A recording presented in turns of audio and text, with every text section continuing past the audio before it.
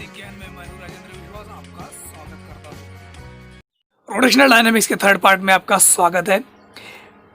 पिछले वीडियो में हमने देखा था application of uniform circular motion का first application vehicle along a horizontal circular track. इस वीडियो में हम देखेंगे वेल और वॉल ऑफ द डेथ, मतलब मौत का कुआं। मौत का कुआं आप सभी ने देखा हुआ ही है, फिर भी चलिए एक बार एक वीडियो में उस मौत के कुएं को देख लेते हैं।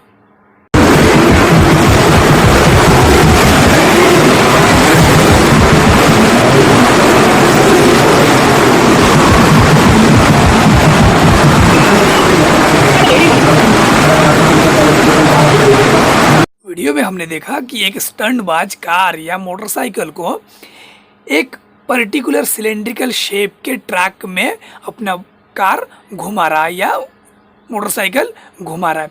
तो देखिए इसमें हमें बस सीखने वाली क्या बात है, जैसे कि पिछले एप्लीकेशन में हमने देखा था मैक्सिमम वेलोसिटी किसी कार का अगर हॉरिजॉन्टल ट्रैक है, हॉरिजॉन्टल सर्कुलर ट्रैक है, तो उसमें मैक्सिमम स्पीड किसी कार या व्हीकल का कितना होना चाहिए। ठीक है, अब इसमें क्या है, इसमें देखिए इस पोजीशन में क्या हो रहा है, कोई अगर कार मूव कर रही है तो मूव करने के लिए उसको एक पर्टिकुलर स्पीड की ज़रूरत है, एक स्पीड वो मेंटेनेंस करने की ज़रूरत है जिससे कि वो क्या हो सके, उस सर्कुलर सिलेंड्रिकल शेप में वो मूव कर सके, नहीं तो क्या होगा, वह नीचे गिर जाएगा।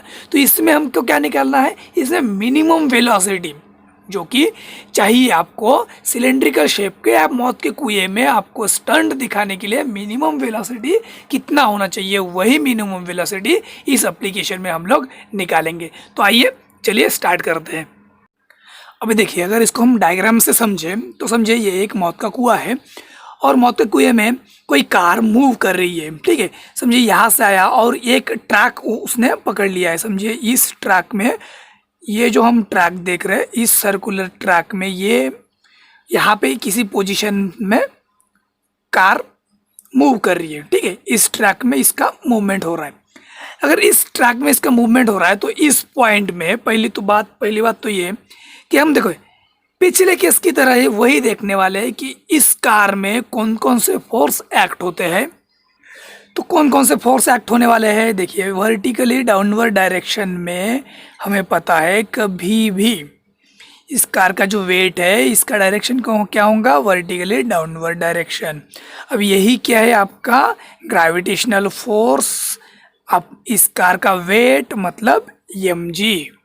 और पिछले केस में दूसरा कौन सा रिएक्शन देखा था हमने देखा था नॉर्मल रिएक्शन या नॉर्मल फोर्स। ठीक है, ये क्या होता है, सरफेस से परपेंडिकुलरली, सरफेस से जिस सरफेस में कार मूव कर रही है उस सरफेस से परपेंडिकुलर अगर हमने निकाला तो वो होता है नॉर्मल रिएक्शन का डायरेक्शन। ठीक है, तो ये क्या होगा, नॉर्मल रिएक्शन का direction toward centre of the circle होगा। ठीक है, तो चलिए सेकेंड कौन सा है, नॉर्मल रिएक्शन।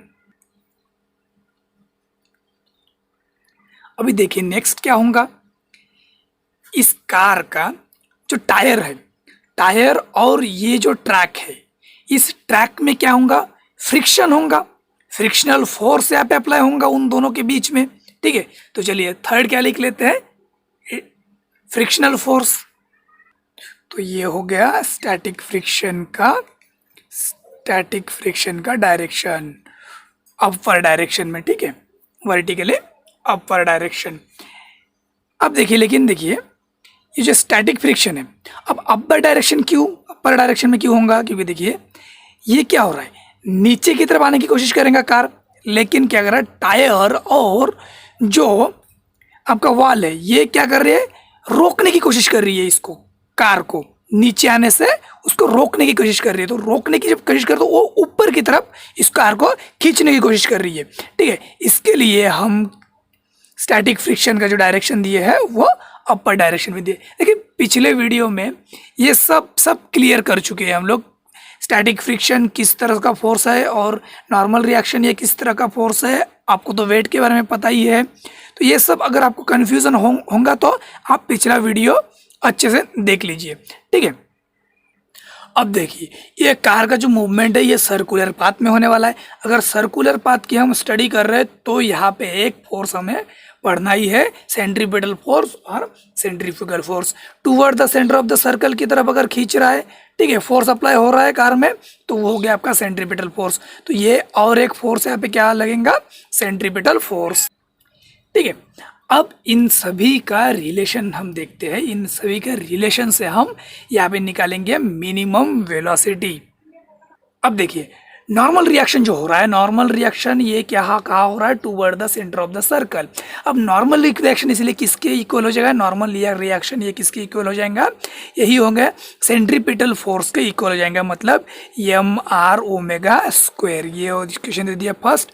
ठीक है, अब सेकंड देखते हैं। देखिए ये क्या कर रहा है, से फ्रिक्शनल फोर्स जो है अपर डायरेक्शन में जो फोर्स लग रहा है, और नीचे क्या है, एम जी है, ये एक दूसरे को क्या कर रहा है, बैलेंस कर रहा है। तो ये एक दूसरे को बैलेंस कर रहा है, मतलब क्या है, बैलेंस कर रहा है, इसीलिए ये यहाँ पे स्टेबल होगा। इसीलिए दोनों को हम ऐसे लिख सकते हैं, F S equals to M G. इसको इक्वेशन सेकंड दे देते हैं।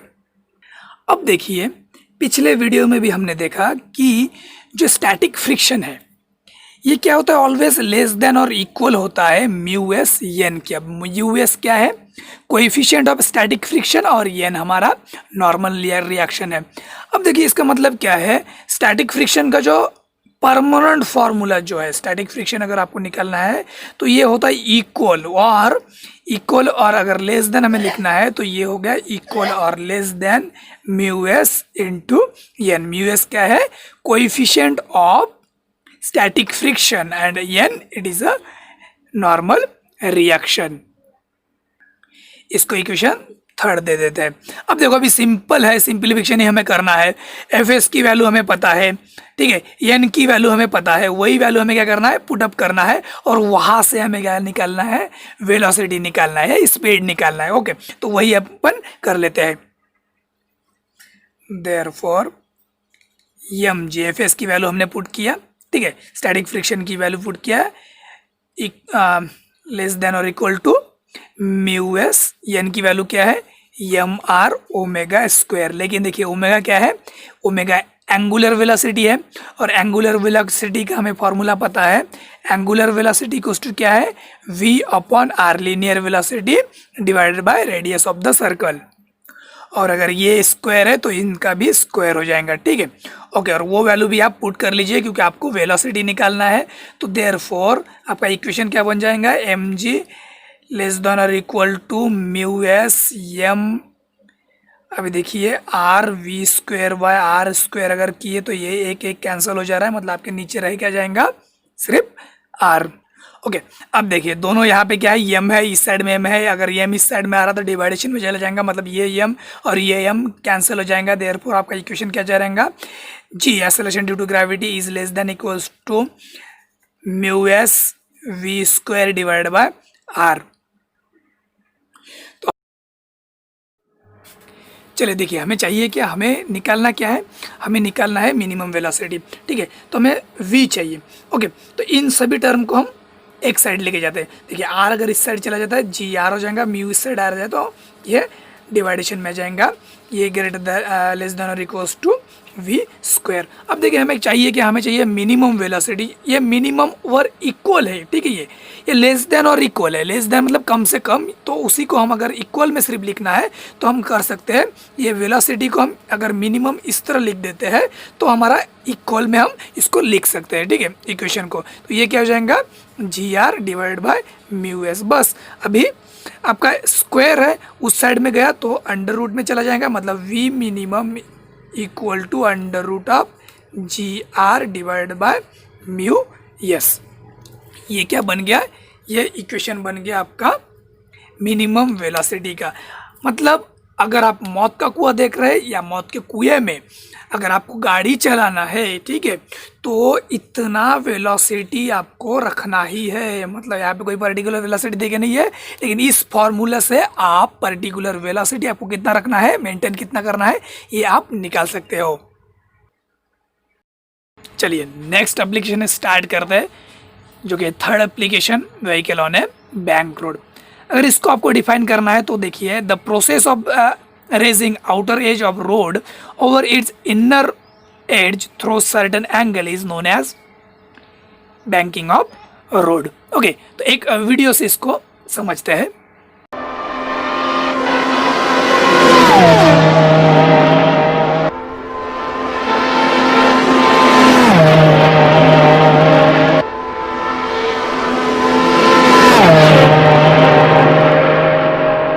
अभी देखिए वीडियो में हमने क्या देखा, नॉर्मली कार जब स्ट्रेट पाथ में मूव करती है तब नॉर्मल ट्रैक होता है, लेकिन जैसे ही टर्न रोड आता है, जैसे कि मतलब टर्न रोड आ रहा है, तो टर्न रोड में क्या कर दिया, समझिए ये सरफेस है, अभी आ रहा है टर्न रोड, अगर मूव कर रही है टर्निंग आ रहा है, तो ऐसे वक्त में क्या कर दिया गया है, जो आउटर एज है, ठीक है, रास्ते का या रोड का जो आउटर एज है, उस आउटर एज और इनर एज में क्या कर दिया गया है, एक एंगल बना दिया गया है कि अगर आप यहाँ पे देखोगे तो एक एंगल में डिवाइड कर दिया, ये नॉर्मल आपका अर्थ का सरफेस है और यहाँ से इनर एज ये होगा और आउटर एज आपका ये हो गया, ठीक है। अब आउटर एज का जो लेंथ है ये क्या कर दिया जाता है, बढ़ा दिया जाता है as compare to inner edge के, ठीक है। तो यही क्या है, इसी को क्या कहा जाता है, बैंक रोड कहा जाता है। देखिए in bank road there are 3 possible cases. अभी 3 पॉसिबल केस कौन से हैं और वो केसेस कैसे बन रहे हैं वही हम इस एप्लीकेशन में पहले देखने वाले हैं। अब देखिए अगर टर्न रोड है, ठीक है, टर्न रोड को आपने बैंक कर दिया, अब बैंक करने के बाद अगर एक स्पीड, अगर पर्टिकुलर आप स्पीड मेंटेन कर रहे हैं तो क्या होगा, आप आसानी से गुजर जाओगे, मतलब उसी को क्या कहा गया है, मोस्ट सेफ स्पीड और जीरो कोएफिशिएंट ऑफ फ्रिक्शन, ठीक है। जीरो कोएफिशिएंट मतलब ना नीचे की तरफ फ्रिक्शन होगा ना ऊपर की तरफ फ्रिक्शन होगा, आप आसानी से क्या कर लोगे, कार को टर्न कर लोगे या कार को आप आगे बढ़ा लोगे, ठीक है। ये हो गया मोस्ट सेफ स्पीड। अब देखिए इसमें एक है, इसमें और एक कंडीशन है, लोअर स्पीड लिमिट, मतलब मिनिमम वेलोसिटी। अभी इसका एक मिनिमम वेलोसिटी भी हम निकालते हैं, क्योंकि देखिए अगर बैंक रोड है, अगर कार को आप रख रहे हैं तो ये नीचे गिर जाएगा, ठीक है। इसका मतलब क्या है, एक मिनिमम वेलोसिटी भी होना चाहिए कि जिस कारण से कि आप नीचे की तरफ, आपका कार जो है ये नीचे की तरफ ना आए, इसके लिए एक मिनिमम वेलोसिटी भी आपको मेंटेन करना पड़ेगा। और तो और देखिए ये जा रहा, अगर आपने बहुत ज़्यादा स्पीड दे दिया तो ये क्या होगा, रोड से बाहर की तरफ भी चला जाएगा। तो इसका मतलब क्या है, आपको एक मैक्सिमम स्पीड भी मेंटेन करना पड़ेगा, मतलब एक मैक्सिमम स्पीड लिमिट भी आपको रखना पड़ेगा, मतलब मिनिमम स्पीड लिमिट भी आपको चाहिए और मैक्सिमम स्पीड लिमिट भी आपको चाहिए। तो यही 3 केसेस हम देखने वाले हैं। चलिए पहले देख लेते हैं मोस्ट सेफ स्पीड, ठीक है। अब इसमें अगर किसी बैंक रोड में कार अगर मूव कर रही है, ठीक है, तो उसमें पहले तो हम देख लेते हैं कि कौन कौन से फोर्स एक्ट होते हैं। तो देखिए डाउनवर्डली डायरेक्शन में इसका क्या होगा, डाउनवर्ड डायरेक्शन में आपका वेट होगा, मतलब ग्रेविटेशनल फोर्स mg, ठीक है, तो वही लिख लेते हैं। चलिए नेक्स्ट फोर्स कौन सा एक्ट होगा, नॉर्मल फोर्स है, नॉर्मल रिएक्शन एक्ट होगा। अभी नॉर्मल रिएक्शन हमें पता है perpendicular the surface of the road होता है। अभी इस रोड के इस बॉडी से क्या होगा, परपेंडिकुलरली होगा, परपेंडिकुलरली इस सरफेस से ये परपेंडिकुलर होना चाहिए। परपेंडिकुलर डायरेक्शन में क्या होगा, नॉर्मल रिएक्शन का डायरेक्शन होगा, ठीक है, ये नॉर्मल रिएक्शन होगा। और नेक्स्ट कौन सा होगा, नेक्स्ट होगा सेंट्रीपिटल फोर्स, और हम उसको बोल सकते हैं बैलेंसिंग सेंट्रीफ्यूगल फोर्स, जो कि होगा toward the centre of the circle. ये इसका डायरेक्शन कौन सा होगा, toward the centre of the circle. अगर हमने कंसीडर किया इस रोड को हमने क्या कंसीडर कर लिया, एक सर्कुलर पाथ कंसीडर कर लिया। अब सर्कुलर पाथ है तो मतलब सेंटर होगा ही, अभी सेंटर के तरफ अगर कोई फोर्स एक्ट हो रहा है तो उसी को हम क्या कहते हैं, सेंट्रीपेटल फोर्स, ठीक है। या हम इसको बोल सकते हैं बैलेंसिंग सेंट्रीफ्यूगल फोर्स, बाहर की तरफ भी नहीं जा रहा, वो बैलेंस कर रहा है, ठीक है, इस बॉडी को। अब देखिए यही क्या हो गया आपका सेंट्रीफ्यूगल फोर्स। इसमें फ्रिक्शनल फोर्स नहीं होगा, हम वही देख रहे हैं मोस्ट सेफ स्पीड ऑफ, मतलब जीरो कोएफिशिएंट ऑफ फ्रिक्शन। अभी फ्रिक्शन नहीं होने वाला, इसीलिए हम यहाँ पे नहीं बोल रहे कि फ्रिक्शनल फोर्स अप्लाई हो रहा है, ओके।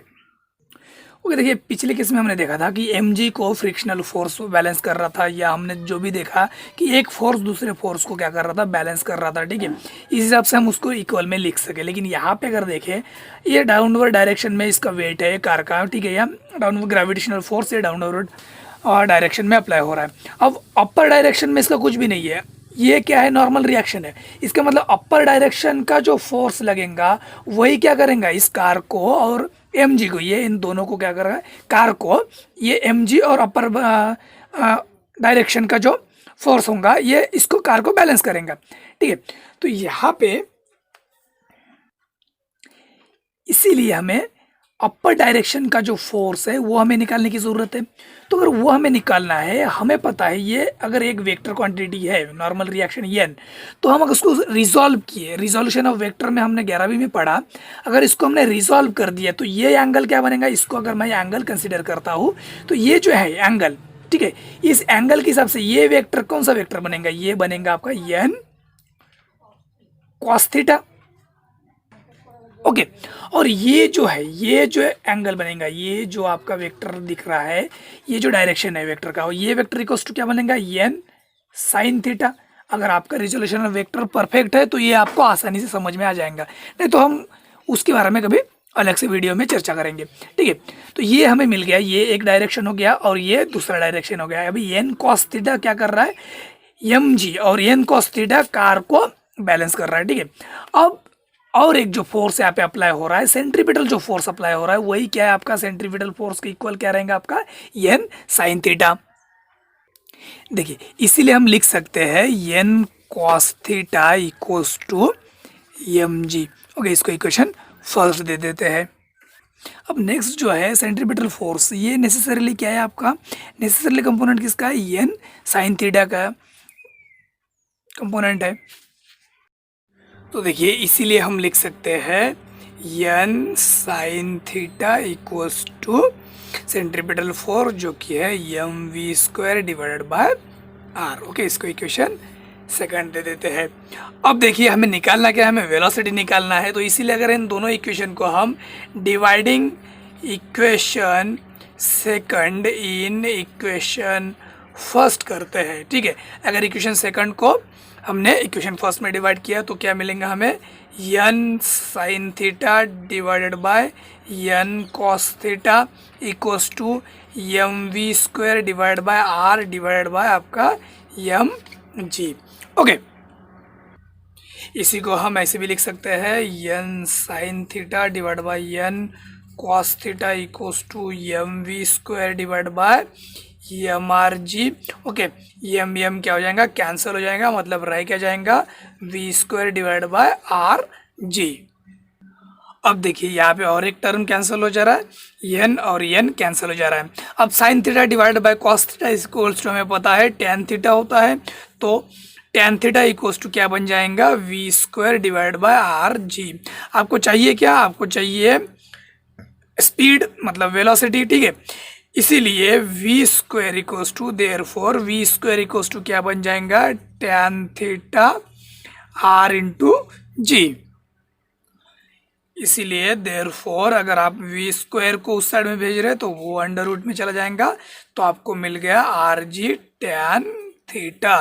ओके, ये वैल्यू आपको मिल गई मोस्ट सेफ स्पीड की। ओके,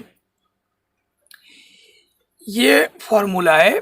इस फॉर्मूला से अगर आप बैंक रोड में अपना गाड़ी मूव कर रहे हैं, गाड़ी चला रहे हैं, तो इस फॉर्मूला से आपका सेफ स्पीड कितना होना चाहिए ये आप निकाल सकते हैं। ओके, अभी जो देखिए जो आपको ये फार्मूला जो मिल रहा है, इसी फार्मूला से आप एंगल ऑफ बैंकिंग भी निकाल सकते हैं। अब एंगल ऑफ बैंकिंग कौन सा है, देखिए जो यहाँ पे बैंक किया गया है रोड, और यहाँ पे जो एंगल बनता है उसी एंगल को हम एंगल ऑफ बैंकिंग कहते हैं।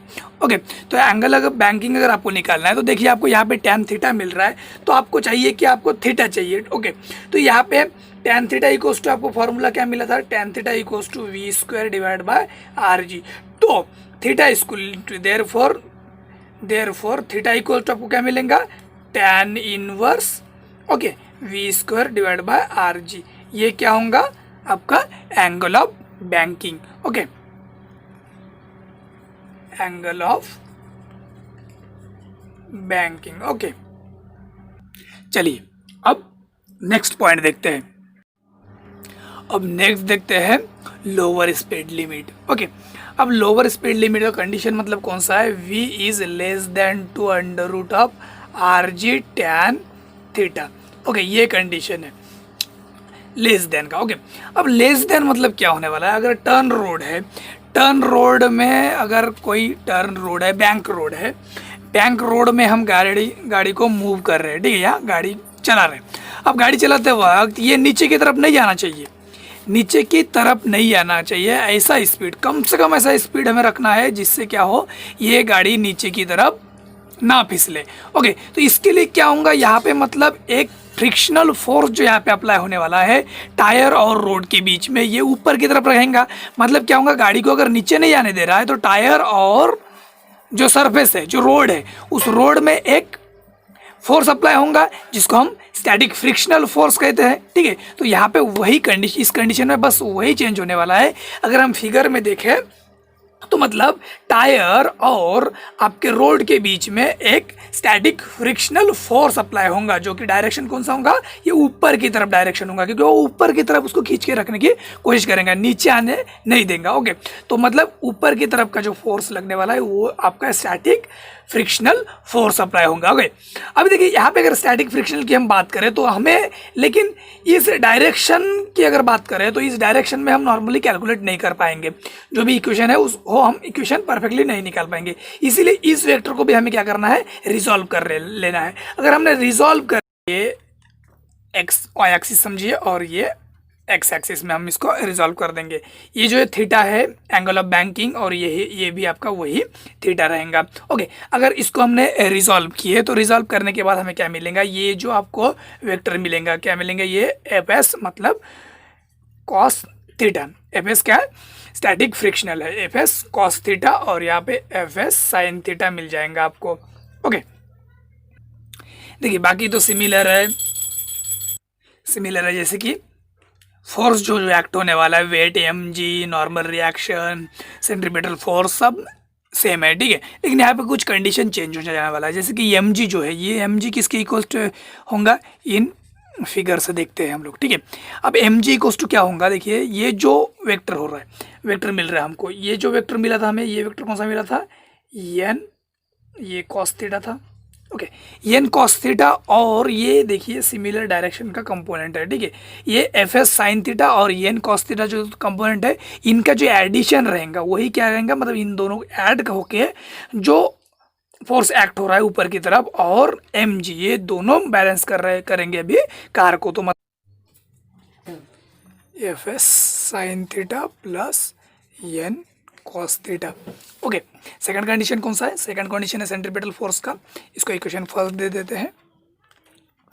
अब देखिए सेकंड कंडीशन जो है वह है centripetal force M we square divide by R equals to क्या बन जाएगा। अभी देखिए यह जो कंपोनेंट है, ओके, हमें पहले देखा हमने, ये इक्वल्स टू क्या हो गया था, एन साइन थीटा, ये कंपोनेंट था।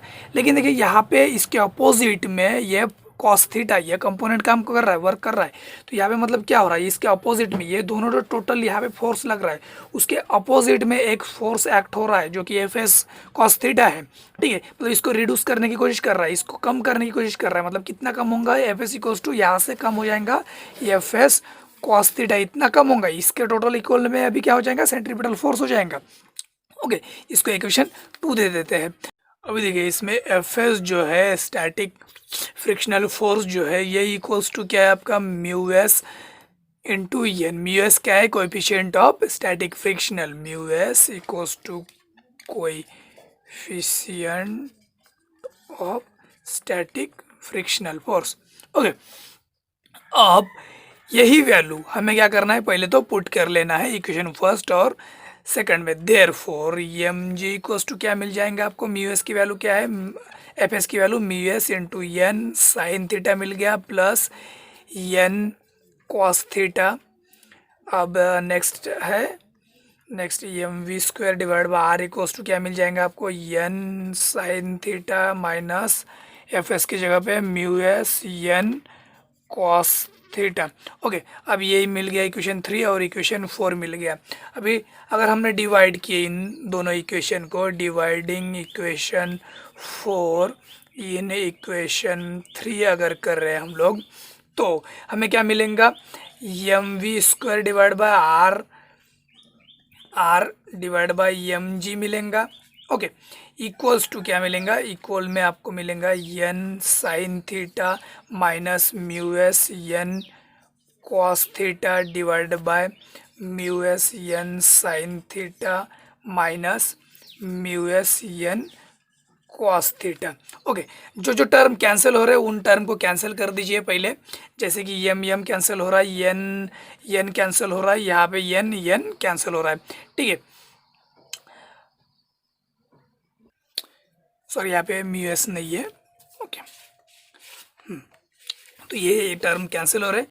देखिए इसको अगर हमने कैंसिल कर लिया और सिंप्लीफाई कर लिए तो अभी देखिए अभी हमें इक्वेशन क्या मिल रहा है, V square R G equals to sine theta minus mu S cos theta divided by mu S sine theta minus cos theta. Okay, इसको इक्वेशन हम 5 दे देते हैं।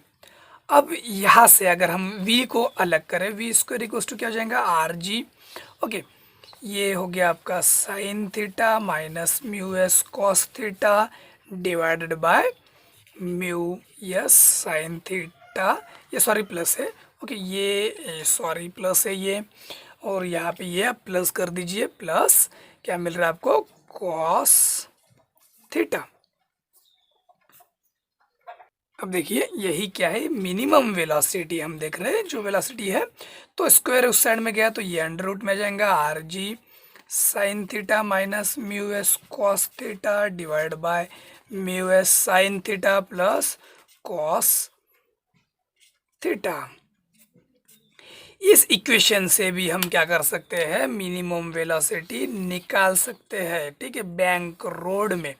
लेकिन देखिए अभी इस इक्वेशन को और भी सिंप्लीफाई करके हम दूसरा इक्वेशन से भी इसको हम निकाल सकते हैं मिनिमम वेलोसिटी को। ठीक है, तो इसको अगर सिंप्लीफाई किए, देखिए हम इक्वेशन 5 को अगर हम सिंप्लीफाई किए, ठीक है, डिवाइड किए, अब देखिए डिवाइडिंग बाय इक्वेशन 5 अगर हम कर रहे हैं,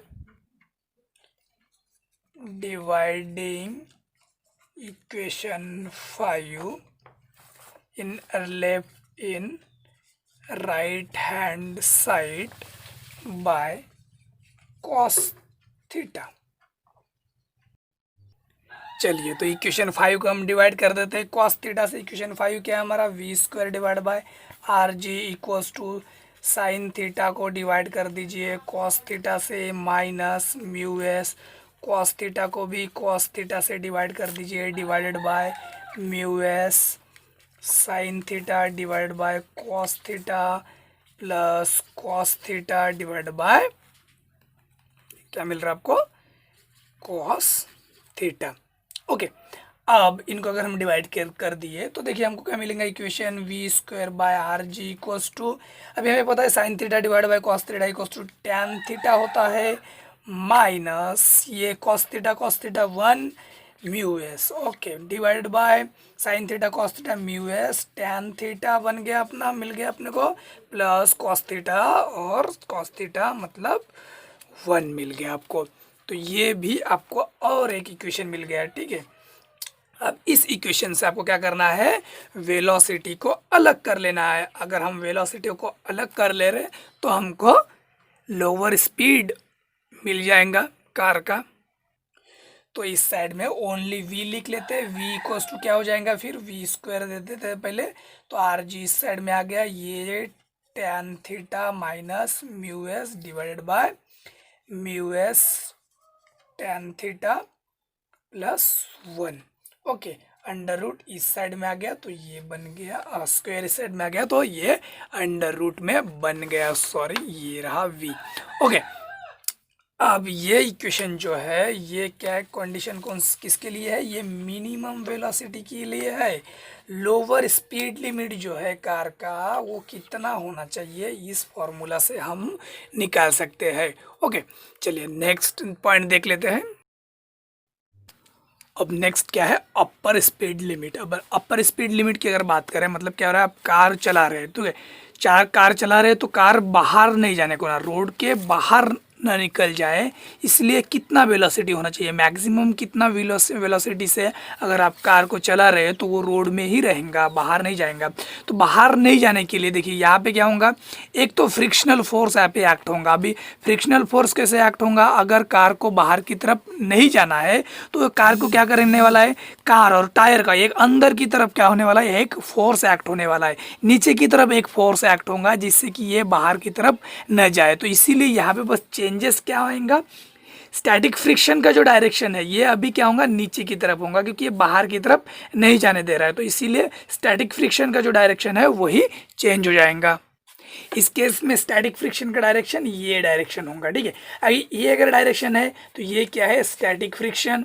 ओके, फ्रिक्शनल फोर्स, तो इसी को अगर हमने रिजॉल्व कर दिया तो ये इस डायरेक्शन में क्या बनेगा, इस डायरेक्शन में अगर आपका थीटा कौन सा रहेगा, इस बार ये थीटा बनेगा। ओके, अगर ये थीटा है तो ये एंगल कौन सा बनेगा, ये एफ एस कॉस थीटा बनेगा। और यहाँ से अगर आपने रिजॉल्व किया तो ये जो डायरेक्शन है, इस डायरेक्शन में टायर के इस डायरेक्शन में क्या रहेगा, इस डायरेक्शन में रहेगा आपका F S sine theta.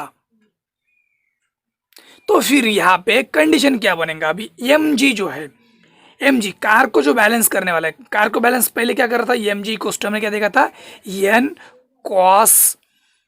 Cos theta देखा था, ठीक है। लेकिन यहाँ पे क्या हो रहा है, ये जो कंपोनेंट है एफ एस साइन थीटा, इसका एडिशन ये और एफ एस साइन थीटा ये मिलके अब क्या हो रहा है, ये बैलेंस कर रहा है, ठीक है।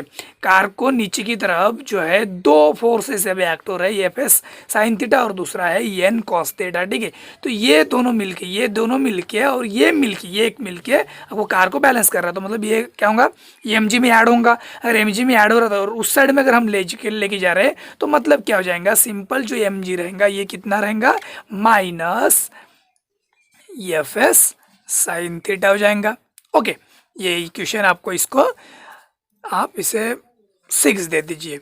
ओके, नेक्स्ट हमें पता है सेंट्रीपिटल फोर्स। सेंट्रीपिटल फोर्स की अगर हम बात करें तो सेंट्रीपिटल फोर्स में भी क्या हो रहा था, सेंट्रीपिटल फोर्स हमने देखा था N, centripetal force equals to N sign theta देखा था। ओके, लेकिन यहाँ पे क्या हो रहा है, यहाँ पे सिमिलर डायरेक्शन में और एक कंपोनेंट ऐड हो जा रहा है। कौन सा कंपोनेंट ऐड हो जा रहा है, f S cos theta add हो रहा है। तो इसको 7 दे दीजिए। इस तरह से हमें क्या मिल गया, दो इक्वेशन मिल गए। लेकिन हमें पता है एफ एस इक्वल्स टू क्या है, म्यू एस एन है। तो उसी वैल्यू को हमें को क्या करना है, एफ एस की जगह पे पुटअप कर लेना है पहले। तो चलिए एफ एस की जो वैल्यू है ये इक्वेशन 6 और इक्वेशन 7 में पुटअप कर देते हैं।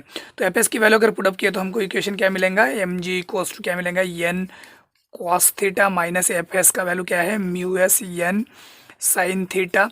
ये इक्वेशन आप 8 दे दीजिए। और M we square divide by are equals to क्या मिल गया आपको, N sign theta plus mu S cos theta. Equation 9 दे दीजिए, mu S N cos theta, इसको इक्वेशन 9 दे दीजिए। अभी अगर हमने डिवाइड किया है, डिवाइडिंग इक्वेशन 9 इन इक्वेशन 8 अगर हमने किया, इन दोनों को अगर डिवाइड किए तो m we square divide by r मिल रहा है अपने को, divide by m ji equals to क्या मिलेगा, N sign theta plus mu S N cos theta divided by N cos theta minus mu S N sign theta. जो term cancel होते हैं उन टर्म को पहले कैंसिल कर लीजिए। ये कैंसिल हो रहा है तो इनको कैंसिल कर दीजिए। रह क्या जा रहा है, V square R G equals to sine theta plus mu S cos theta divided by cos theta minus mu S sine theta. Okay, देखिए ये भी एक इक्वेशन है। एक इक्वेशन को आप नंबर 10 दे दीजिए। अब देखिए इस इक्वेशन से भी आप वी मिनिमम वी मैक्सिमम निकाल सकते हैं, लेकिन इसको हम और सिंप्लीफाई कर देते हैं, जिसके पिछले केस में हमने दिखाया था कि किस तरह से हमने दो इक्वेशन निकाले थे। लेकिन इस केस में दोनों भी नहीं निकालेंगे। इस केस में ओनली सिंप्लीफाई करके इसको एक इक्वेशन में निकालेंगे। जैसे कि अगर इस इक्वेशन को हम डिवाइड कर देते हैं, dividing cos theta from the right hand side of equation 10 अगर हमने किया, ठीक है, तो हमें इक्वेशन कौन सा मिलेगा, इसको हम कॉस थीटा से डिवाइड कर लेते हैं। मतलब V square by are G equals to क्या मिलेगा, sine theta divided by cos theta plus mu S cos theta divided by cos theta divided by cos theta divided by cos theta minus mu S sine theta divided by cos theta. तो इस equation से हम देखते हैं V square R G equals to क्या बन जाएगा, sine theta अपन कॉस थीटा हमें पता है ये क्या हो जाता है, टैन थीटा हो जाता है, और ये plus mu S cos theta divide by cos theta 1, मतलब आपका म्यू एस ही रह जाएगा, divided by cos theta 1 minus mu s दे दीजिए, sin theta divided by cos theta मतलब टैन थीटा मिल गया। अब इसी इक्वेशन में देयरफॉर अगर आप वी स्क्वायर निकाल रहे हैं, ये क्या है, मैक्सिमम वेलोसिटी हम निकाल रहे हैं, इसलिए वी मैक्स दे देते हैं। वी स्क्वायर इक्वल्स टू क्या हो जाएगा, are G tan theta bracket में ले लीजिए, tan theta plus mu S divided bye 1 minus mu S tan theta. Okay, square अगर इस साइड में आ गया तो आपका ये बन जाएगा अंडर रूट में। तो ये इक्वेशन बन गया आपका अपर स्पीड लिमिट के लिए। अपर स्पीड लिमिट, अगर बैंक रोड पे अगर आप गाड़ी चला रहे हैं तो मैक्सिमम स्पीड कितना होना चाहिए, इस फॉर्मूला से आप निकाल सकते हैं। उस स्पीड से अगर ज़्यादा स्पीड में आप गाड़ी चला रहे हैं तो ट्रैक के बाहर आपका गाड़ी चला जाएगा।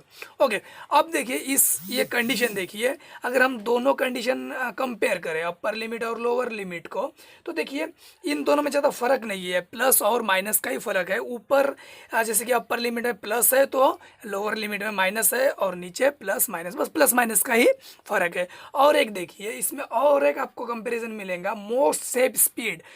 अपर लिमिट और लोअर लिमिट के जो दोनों फार्मूला है, उन दोनों फार्मूला में आपको मोस्ट सेफ स्पीड का फार्मूला भी मिल जाएगा। क्योंकि देखिए अगर मोस्ट सेफ स्पीड आप बोल रहे हैं तो जीरो कोएफिशिएंट ऑफ फ्रिक्शन होगा, मतलब म्यू एस जो होगा ये इक्वल्स टू जीरो होगा।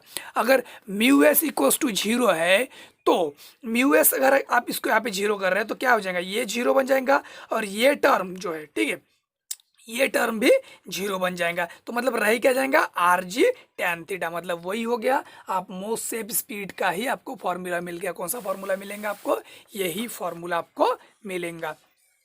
ठीक है, आई होप ये वीडियो आपको समझ में आ गया है।